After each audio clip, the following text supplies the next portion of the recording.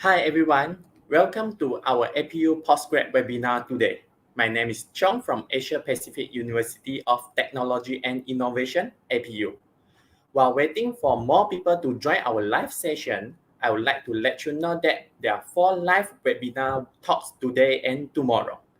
This webinar series covers design thinking, augmented medical intelligence with 6G network and DARQ, evolutionary algorithm in data science toolbox, and Doctor of Business Administration DBA at APU. For your information, today is also APU Postgrad e-Open Day, so you are welcome to visit our website from 10 a.m. to 6 p.m. You may make an appointment with us for virtual online counseling session. For more information, please visit our website at www.apu.edu.my and follow our Facebook page. So today, we are proud to have Prof. Dr. Murali, Graduate School of Business, presenting to you on design thinking. So let's welcome Prof. Dr. Murali.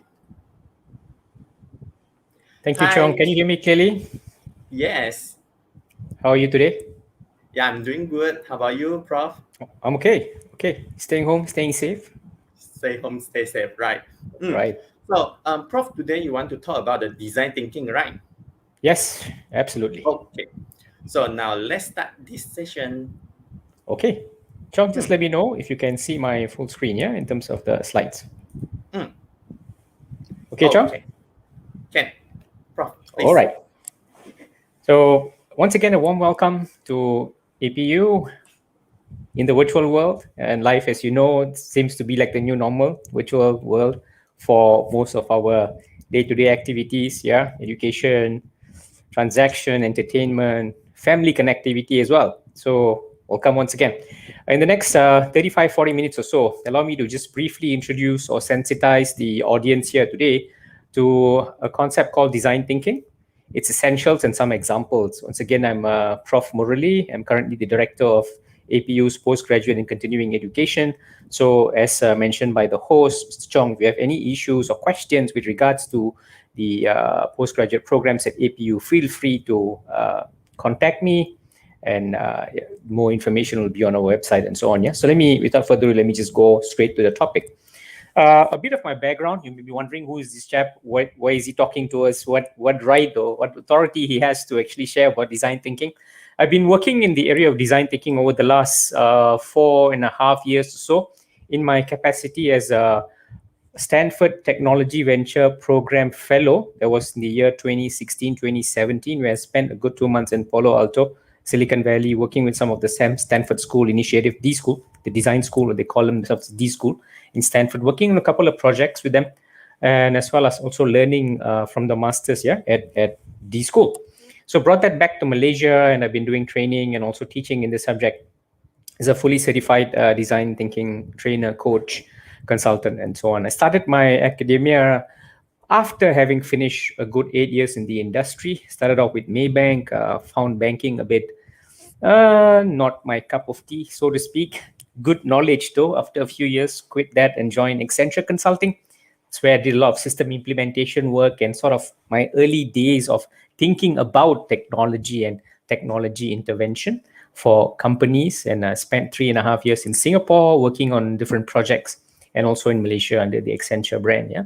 Then had enough of the corporate world and joined academia. In that process, managed to compile a list of degrees. Went to London School of Economics for MSc in HR. Did my MBA in Imperial, and MSc in IS. So you'd be wondering why I switched from HR to technology. Yeah, I think that's where I kind of sense that the world would be moving in this direction, and I made that conscious decision in early 90s, where I felt that one has to become familiar with technology, because the boom of the e-commerce then, and now of course we're talking about web 3.0, web 4.0, IR 4.0 and beyond. I think I made the right choice, and you have made the right choice if you're deciding a future with APU, because APU premieres itself as a digital premier tech institute in Malaysia, as we all know. Let's go to the topic. Yeah. Now, why design thinking works? I'm not sure if all of you are familiar with what design thinking is, why it's important today. It's just a screenshot of Harvard Business Review The year, I think, was 2015. In a seminal piece that was written where the author kind of says that design thinking is a competency that all leaders and managers should have, right? So it's a competency that's important. The steps, the philosophy, the visioning of looking at an organization in the lens of design is absolutely important. That's what Harvard Business School talked about. And of course, the inventors at Ideation, they spoke about this some time ago, probably a decade ago, or even earlier than that. And subsequently, now we have the MIT version of design thinking, and we also have the Amazon version of design thinking as well. So there are many schools of thought that have emerged.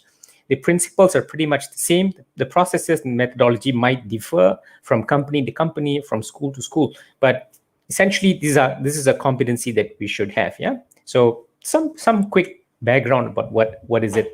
And also, it's very important to look at, as we transform ourselves as leaders of companies, as we aspire to learn more in life, we really have to have this concept of having a growth mindset. And what does growth mindset mean? This is the belief that I can learn more and I can improve myself, not only as an individual, but also by learning from others, learning from teams, learning from failures. So accepting challenges as opportunities and injecting and embedding ideation to the whole thought process. Yeah. So which is why when we look, there's a close connection, a close connectivity, a very tight coupling between design thinking and a growth mindset. Yeah. And I've written some work about this. I've published some work about this. It's recently featured in the Star, I believe 2 weeks ago, where we look at how excellence begins with the right mindset, and design thinking is a cornerstone of that whole process. Yeah. So in essence, design thinking fosters a growth mindset. And once again, if you embark with our journey in APU, this is the fulcrum of many of our programs. Yeah. So the principles of design, the principles of digital thinking, and at the bedrock of this, at the foundation of this, it's having that growth mindset to become successful as leaders, as entrepreneurs, as thinkers, as thought and pace and trendsetters. Yeah. So that's where we are at. Now, in 30 seconds, what is design thinking? You may be wondering. So, Prof, tell us very quickly, what on earth is design thinking? Is this something totally complex, something totally new? Answer no. Very simple. It's a user-centric collaborative approach to foster innovative solutions for a given problem. Mouthful, but let me break it down for you, yeah, as you go. If you look at the slides, you will see that I call them the 5 stages, the 5 steps of design thinking: empathy, define, ideate, prototype, and testing. This will be across many of the slides that I'm about to go through for the listeners out there. So that you know that design thinking as a process, you can break it down into 5 core components or 5 phases or 5 steps. Yeah. But when we look at the definition from a foundational perspective, what is design thinking? It's a user-centric collaborative approach. What does that mean? User-centric means whatever work that we're doing in the space of design, when we are building something, when we are finding a solution to a problem, we really have to understand the problem from the perspective of the user. Now, as an academic, if I was to deliver a very good lecture by just thinking what I feel is a good lecture without really understanding the students, might not make sense. Yeah. So user-centric basically is about putting ourselves into the shoes of the stakeholders for whom we are trying to create a solution. Yeah. And it goes deeper than just putting ourselves in their shoes, but really feeling what we call in design language, in design lingo, pain points of the person for which we are formulating a solution. Yeah. So think about the user-centric. Collaborative. So typically in a design environment like in APU, we bring teams together. It's not just about individual success. The leadership style at APU, the collegiality between the staff, different divisions, come together and we solve issues. We work on collective problems. Yeah. So it's in a collaborative fashion. Likewise, in design thinking, successful companies, they find that at the DNA of the organization. When you do research on this, you'll really find that at the heart of it, user centricity, problems are actually examined in a collaborative fashion. So it's not just a marketing view of this, or a finance view of this, or a strategic view of this, or a technology view of a solution, but it embeds all of the above. It's kind of simultaneous outlook of a problem in an organizational context that leads to very successful ideas and innovation in a company. Yeah. So in about probably more than 30 seconds though. Okay. Once again, the 5 stages: empathy, define, ideate, prototype, and test. This is based on the design school at Stanford That's the methodology that I've been using over the past 4.5 years or so.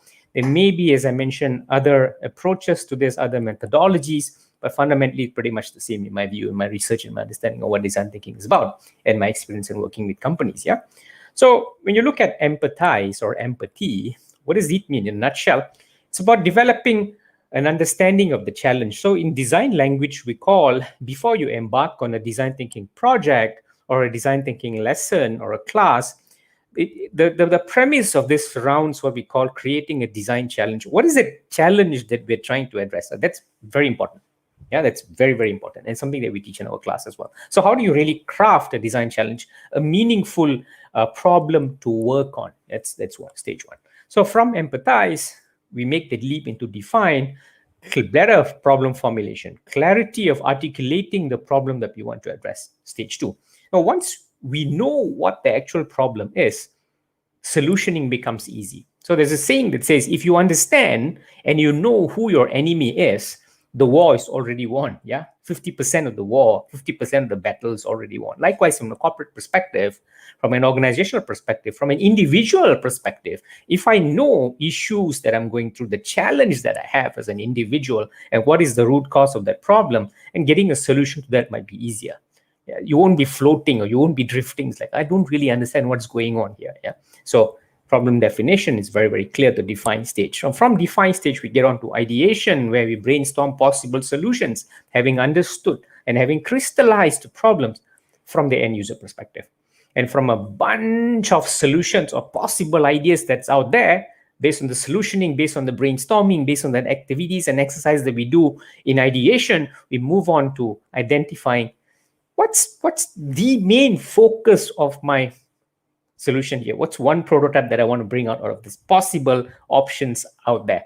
That's called prototyping stage. Then we put it through tests, yeah, validation process, and the process is it's a highly iterative process until we get a solution that is acceptable to the end user. Yeah, nutshell again, the 5 stages. I'll probably go deeper after this. Yeah. Depending on how much time we have, we'll be doing fine in terms of time.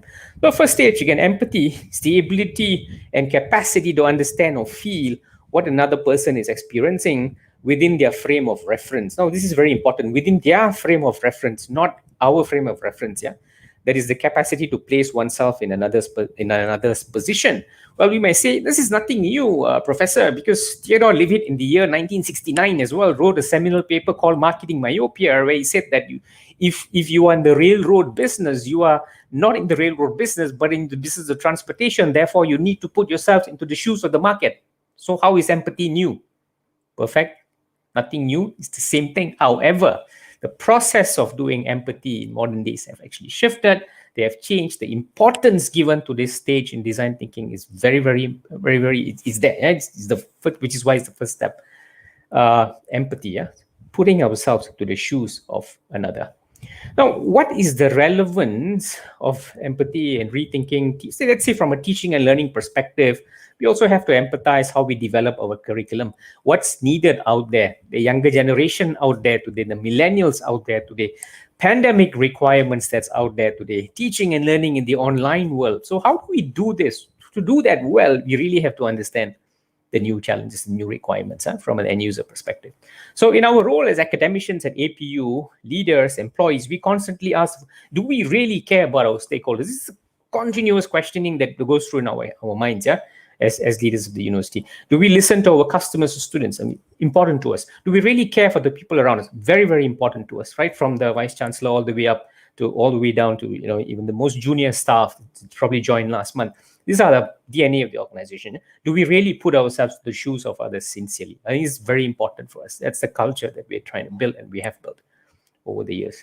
Well, let me just share some examples of failed projects out there because of lack of empathy. Yeah, this is, I think you know which company this product belongs to. They tried getting into the MPV space, but without understanding the market requirement, product turned to be a failure. So again, in other words, for companies, failure to truly understand and empathize with the challenges that a consumer is actually having before a product or a solution is actually put forth to the market could be detrimental to the cost of the organization, to the survival of the organization. Yeah. Take another example of a company called Olivetti.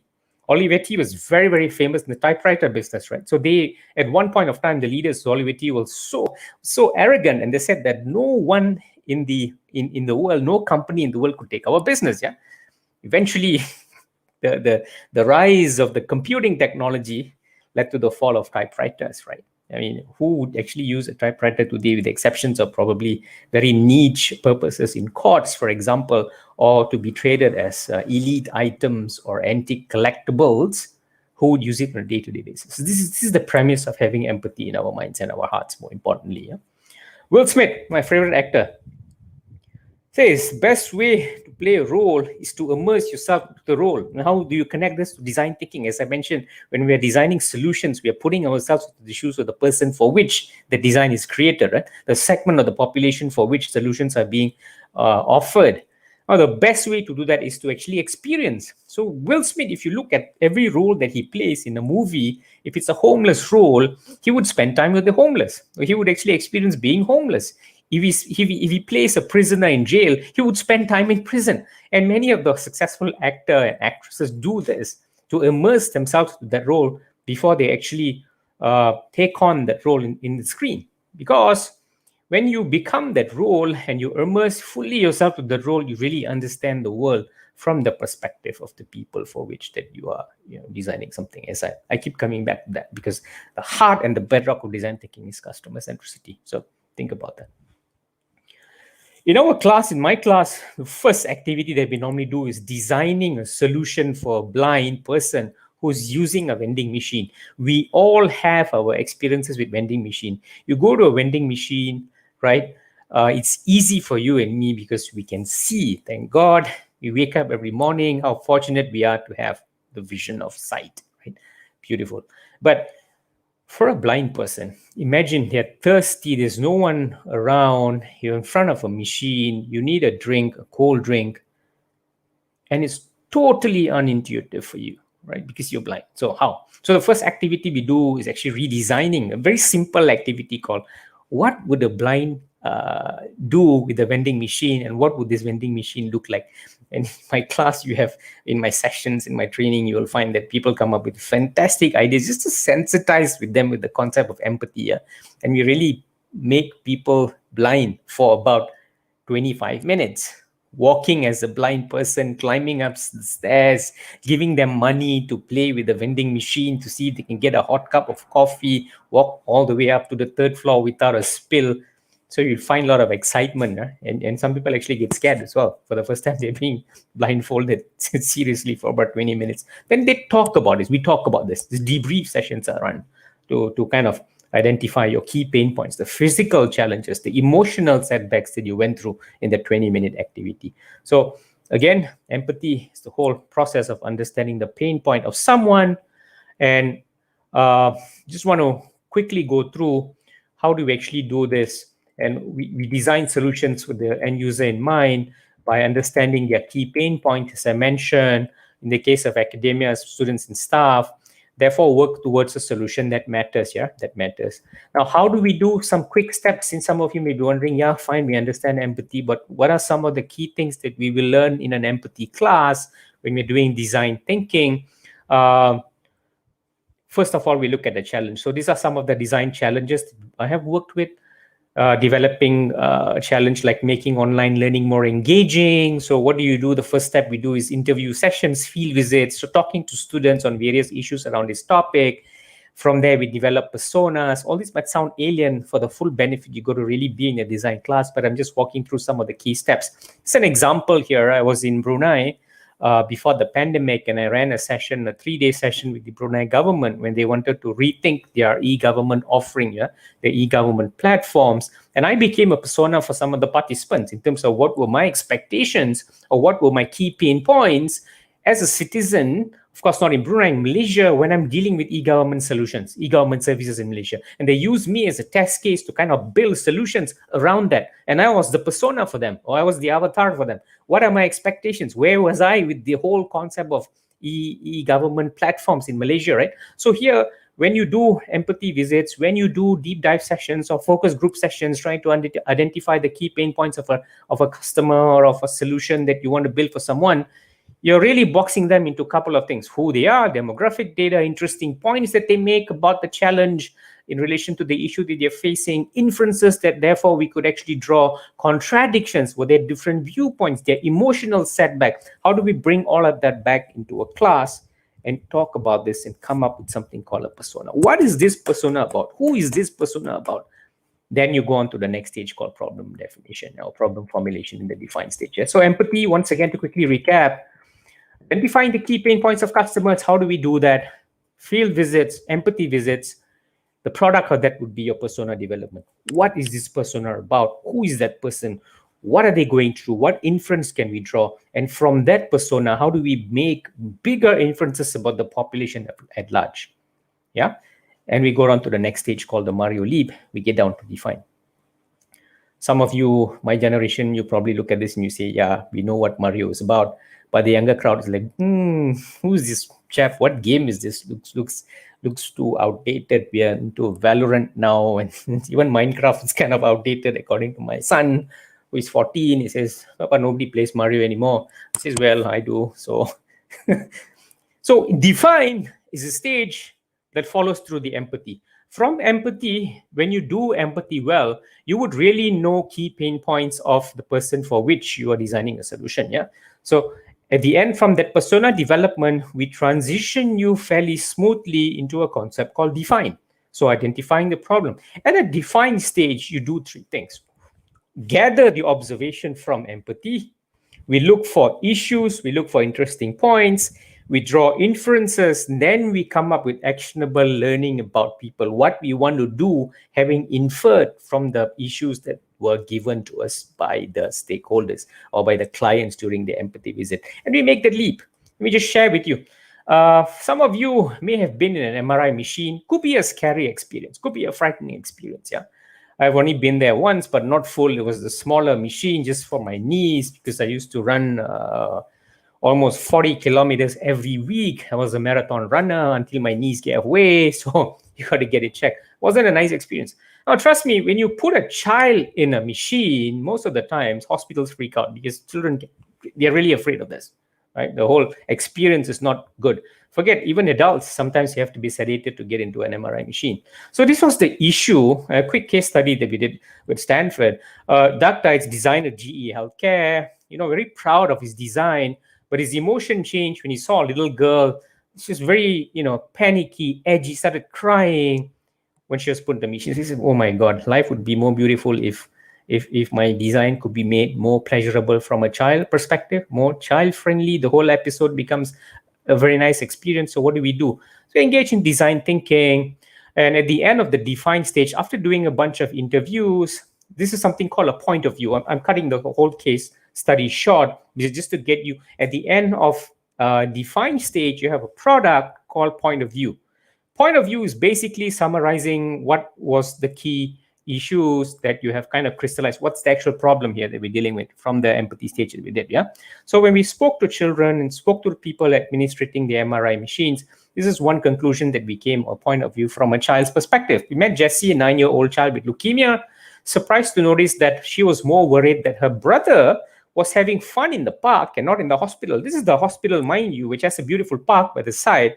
Father was with the brother, mom was with her in the MRI machine. She was crying not because she was afraid of the machine or the MRI room, but she was FOMO, fear of missing out on the ice cream, on the park experience. That made her cranky, yeah, and became a very bad experience for her, for the mom, and as well as the hospital administrative team.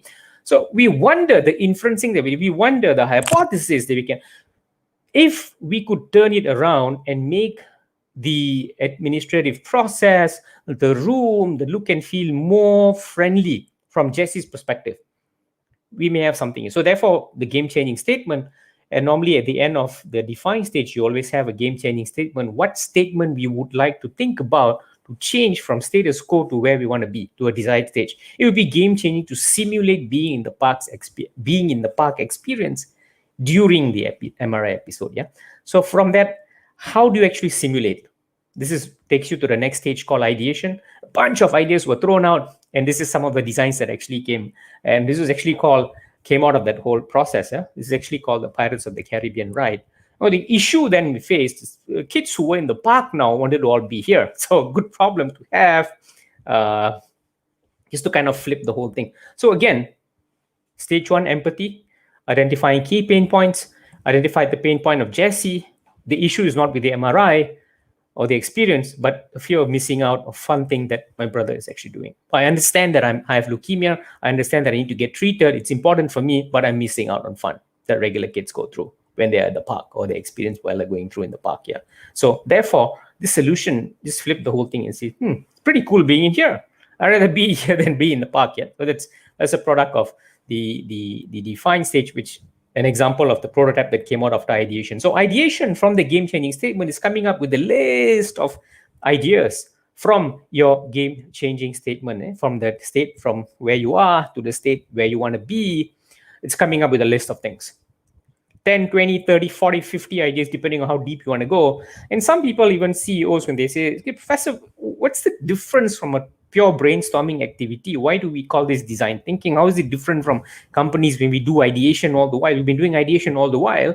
So my question back to them is, yes, I agree that you've been doing ideation all the while, but are you doing ideation from an inside-out perspective or from an outside-in perspective? What is inside-out perspective? I think this is right, versus they think this might be a good idea from the customer perspective again. So many companies, corporate leaders, thinkers, thought philosophers, people who do research, they miss the first 2 points.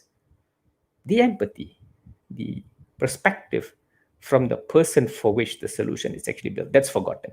And if you jump straight into ideation, that's when ideas are flawed, because we are not really doing things by really asking ourselves, how do we do this for the people that matter the most? Yeah. So keep that in mind.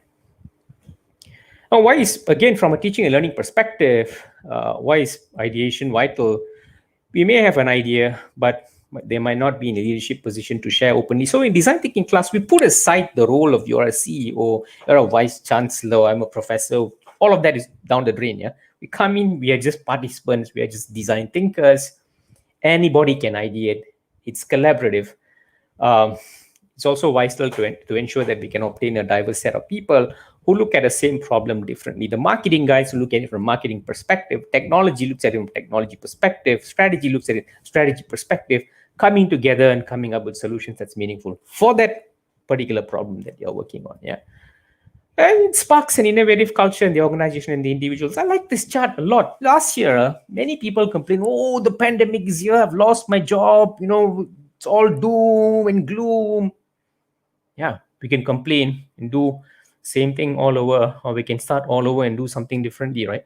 So this chap with Surumban, with his help of his child, son was, I think, 14 or 17 years old, got onto the online platform, started selling fish, took orders from his residential community. He started selling 60 kilograms of fish a day, having lost his job as a factory worker, right, because of the pandemic.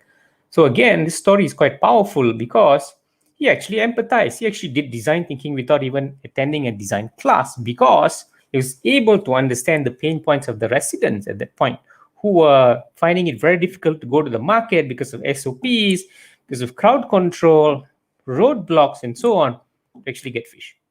And he flipped it around, with the help of a 17-year-old boy, son, to kind of create that whole web store. It's published in the Star some time ago. So in ideation class, we also go through something called Q, B, and D. We may have 40, 50 different ideas. How do we rank them? How do we prioritize them? How do we look at an idea from a quick win? Ideas that's impactful, quick to create, can be done probably Monday. Or ideas that are breakthrough. This is what you call, in Astro Teller's perspective, head of Google X, when I met him in Palo Alto, how do we make that moonshot idea? Something that people haven't talked about, people haven't even thought about.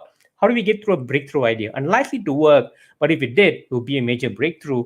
And we're classifying them into ideas that are delightful. So what should be the focus of the organization? What's our risk appetite? Do we go for quick wins? Do we go for breakthroughs? Do we go for delightful? So we have a discussion around this, probably a half-day discussion about, we have these 50 ideas now, so let's now put it through a validation test before prototyping. Let's prioritize. What's the focus of leadership here? What's the focus of our mindset here? It's QBDs, ideas that are quick wins, breakthroughs, or delightful. This is Astro Teller.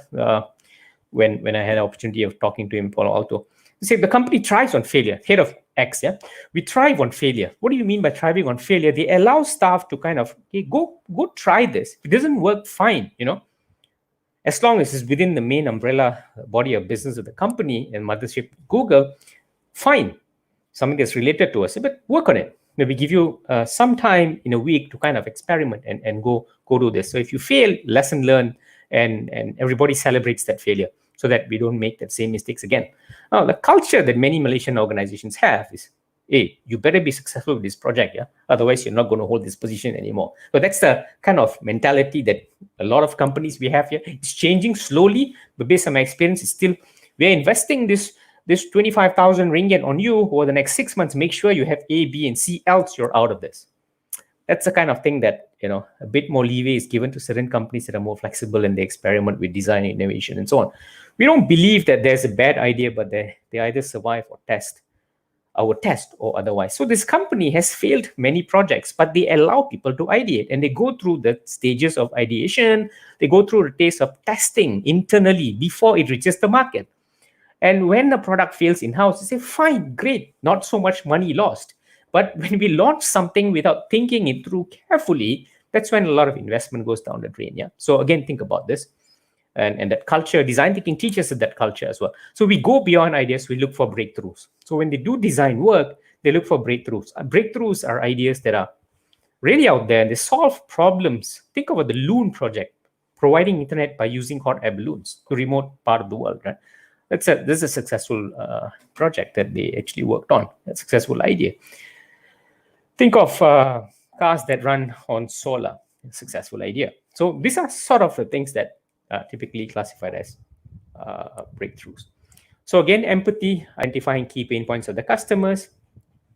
From the pain points, defining it into a point of view, observe, infer what's our hunch, and coming up with game-changing statements. And you move on to ideation stage, a list of ideas, ranking them, prioritizing them, having the whole validation concept in mind, the risk appetite of the organization, selecting a prototype or a project to work on. And prototype in DT or design thinking, when we do prototyping, we do something called scenes, roles, and props. So basically, this is a case of JetBlue design thinking session, design thinking coaching session, where they use props, they use actors who are the participants themselves, and they work on different solutions. They play it out. So when you play it out, you understand people better, right? What's the best way to teach a class better? I think the answer starts with I need to be a student first.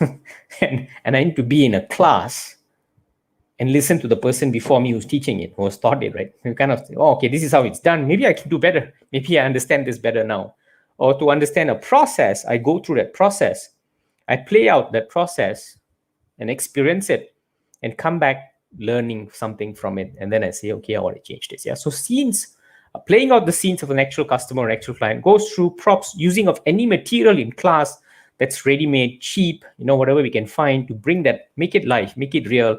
A very nice session is in design class is always the prototyping, because it's so much fun, a lot of laughter. People play out, and sometimes it gets intense.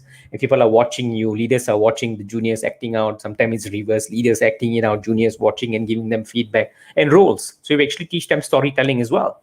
How are you going to drive your storyline? How are you going to come up with the solutions using storyline, using pitching, and so on? So think about this. Again, go back to the example of the GE Healthcare MRI machine. The scene was the pilot, right? The roles, right, and host players, doctors, medical practitioners. The prop MRI is a pirate ship. So these are some of the ideas there. Yeah? So once it goes through the internal validation process, in a much more serious organization, if you put it through a market test or the Google test, you pass through that stages of your testing in-house, then you get external validation as well. So testing is actually level 1 in any design class. It's actually going through like a Shark Tank thing. I'm giving you 3 minutes to kind of pitch. Why do you think this prototype is going to solve the problem that you've been working on in the past, say 5 weeks, 6 weeks, or 10 weeks, and so on. So the participants pitch this very nicely, and that's called the testing phase. People rating our idea. So we have the presenters who are assessed by the coaches or the design coaches or the design participants in the class. Some use storytelling. Most of them use scene, rules, and props. And test out, see if it's an idea that's convincing. So I would like to end before we go for Q&A with some of the successful DT projects that I've actually been involved with, or some companies that have been involved with as well. So this is design thinking as part of Airbnb. If you look at Airbnb, they kind of redefine themselves. Even in the pandemic, they kind of how do we do things differently? So design thinking is part of their corporate DNA. Yeah? That's Airbnb. Karen Campbell, a team, a couple who sort of invented something called Pillpack. So it's how, for basic problem they wanted to solve, is how do we design and simplify the pain point of many people who carry too much of pills when they're traveling. Like my father had all the disease you can think about: heart attack. He died of a heart attack. He had blood pressure. He had issues with asthma. He had diabetes. So I used to remember how he packs his tablets when we visited our auntie in Kuala Lumpur. I grew up in a small town called Kuala Pilar in Negeri Sembilan, right? So when we went to Kuala Lumpur, he would have this Monday, Tuesday, Wednesday, put him into boxes, and then his supplements, vitamin C. So he would get messed up at times. Yeah. So in essence, Karen Campbell saw this as a problem, not for one person, but probably the world at large. They invented very unique ways of packing pills, invented Pillpack. They used simple design processes, and they were bought by Amazon for a cool, I think, $1 billion plus in 2018. So you could safely say that the design process was successful. Again, not only used for design thinking, can also be used for sort of not-for-profit solutions. Think of building toilets in Ghana, the clean team. They use design thinking. Wondering, why do you use design thinking for building toilets? Yeah, when hygiene is an issue, when water is scarcity is a problem with resources, natural resources, we have to be creative for even thinking of sanitation and toiletry requirements. Yeah, so the Ghana clean team, and this was actually run via a design process. I talked about the Stanford administrators for the hospitals. In Malaysia, some of the projects we worked on is with TM when they built Unify Mobile. Again, really understanding the future generation of technology consumers are going to be the millennials.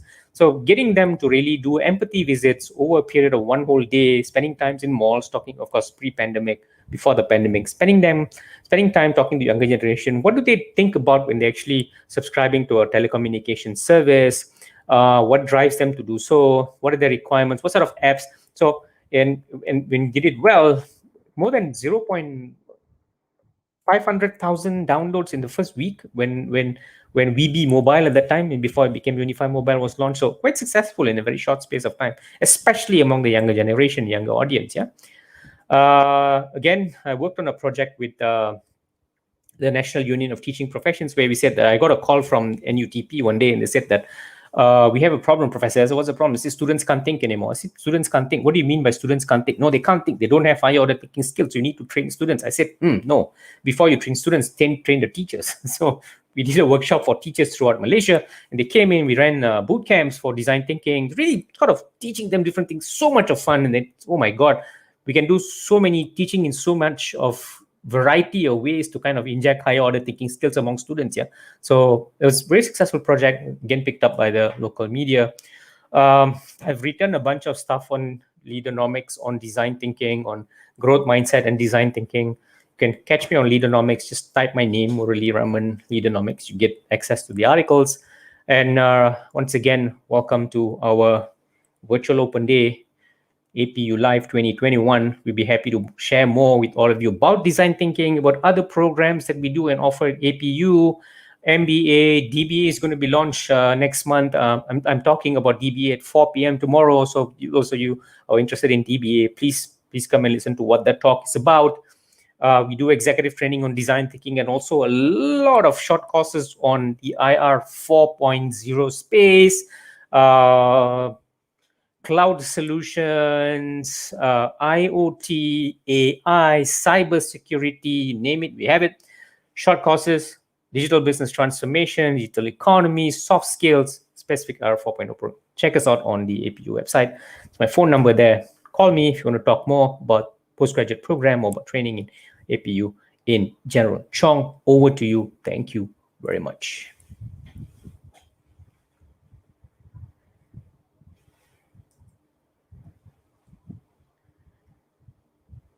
Chong, you're muted. Sorry. Thank you. Okay, thank you, Prof. Dr. Murari, for sharing. So now is our Q&A session. So everyone, please feel free to drop your question at our comment area. So Prof, I have a question. We have a question from Faha Othman. Okay. So the question is, what are key challenges in using design thinking as a problem-solving tool in an organization? Okay, each time I do, thanks, John. Each time I do a seminar or talk or webinar on this, this is the number one question that comes up. Yeah.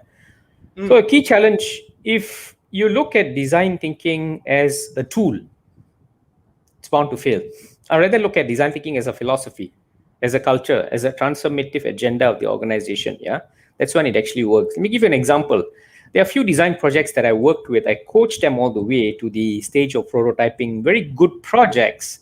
Then when they wanted to implement this project, management comes down and say, we're not ready to change because we're changing status quo here. So they dare not make that leap into what they are so used to be doing. Yeah? So that comfort zone, this is the SOP that I need to follow. I mean, we have to follow SOPs for pandemic, yeah. But this is the organizational SOPs. This is how we've been doing business for the past 35 years. We're not going to change this, right? The world has changed. We have to change along. So even if you have the best design coach, the best design thinkers in the organization, the best customer transformation teams, very, very good prototypes built, very, very good ideas that are actually put forward. But if leadership's not willing to make the commitment and change and embrace design thinking as a philosophy of innovation and growth in the company, it's not going to work. So that's one main challenge, is the mindset shift of leaders in the organization. Yeah. Okay, so yeah, thank you, Prof. So we have another question from Cynthia. Okay, so the question is, what are some examples of successful design thinking project that you have worked on throughout your entire working journey? Okay, as I mentioned, one of the projects was the unify the mobile SIM card, right? That when it was launched, that's a very successful project for a simple reason where you really understood what the market actually wanted, right? And we went through the design process. That's one. And another very successful project that I actually worked on was actually even rethinking how design thinking should be taught in the university. So this was done. This was a project more like a TOT with a bunch of academics, yeah. And it really turned out very well. It's the whole philosophy of making sure students understood what it was. So that's one. And the other one, as I mentioned, the picture that I showed earlier with the teachers, right?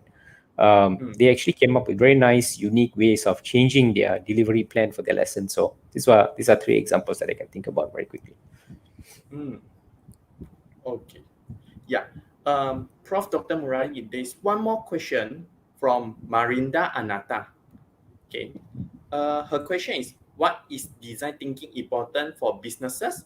How different is really when we compare it to being customer driven?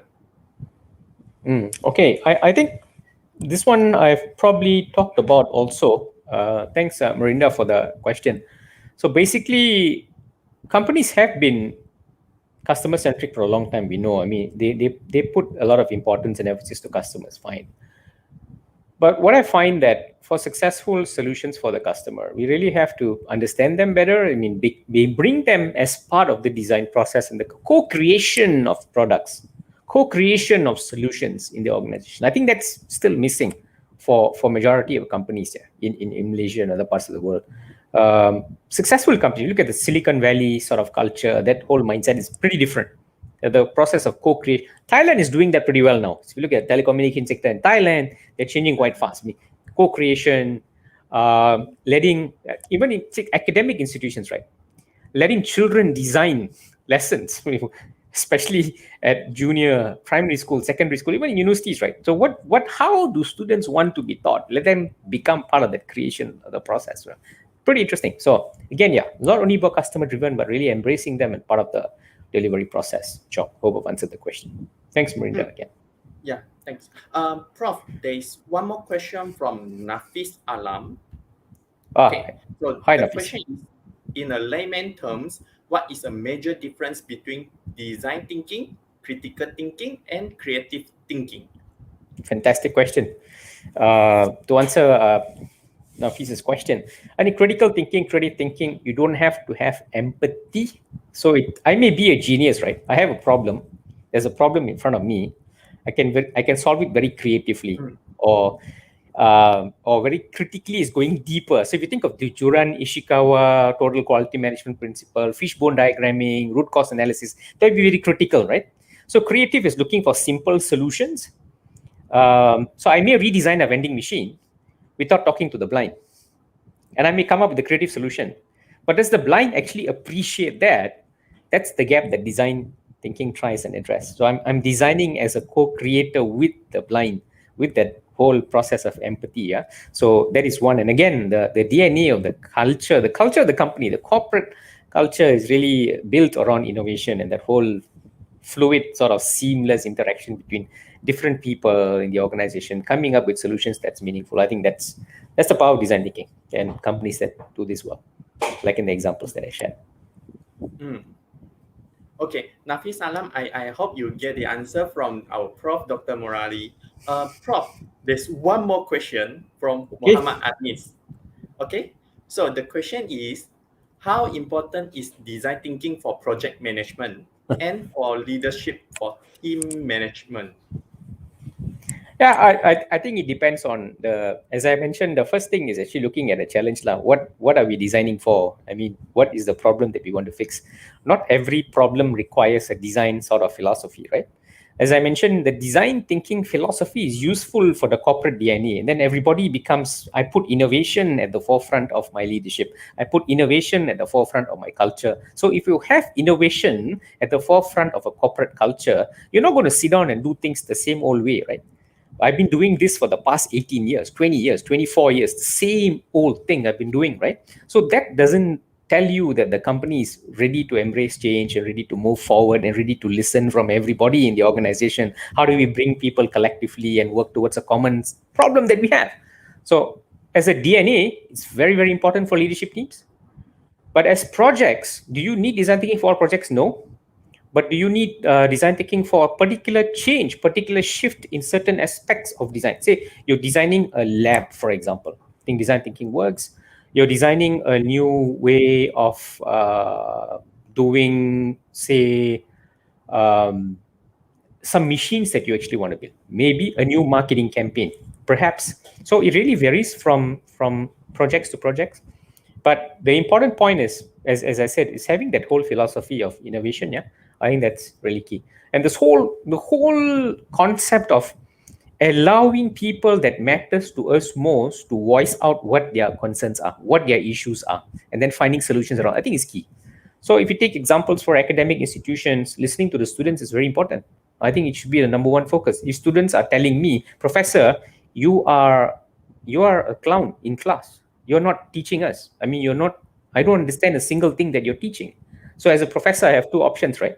I'll do it my way, or that's the highway. You can quit the university and go and join somebody else. This is how I'm going to teach. Or if I'm having that whole concept of empathy, wanting to listen to the student and taking their feedback, changing my style, changing my lesson plans, changing my delivery mode, or making it more engaging. And I think that's the beauty of it. So it's the whole philosophy of embracing change, in that concept. I think, yeah, it's very, very, very good question. It's very important for the organization at the DNA, because as the DNA of the culture, placing importance on the key stakeholders in academic institutions for students to be exact and so on. Yeah. Okay, so thank you, Prof. Dr. Murali, for answering all the questions asked by audience, and thank you for providing us a great and informative session. Okay, so thank you for the opportunity, Chom. Okay, so we're going to have a next session talking about augmented medical intelligence with 6G network and DARQ at 4 p.m. later. So stay tuned and do remember to follow our Facebook page for more updates. APU is having e-open days today from 10 a.m. to 6 p.m. Please feel free to visit our website to meet our academic team and counselor. Thank you, Prof. Dr. Murali, and thank you everyone for joining us at this live webinar. Thanks, Joe. Thank you so much for your time. See you in the next session. Yes, thank you, Prof. Bye, Prof. Thank you, everyone.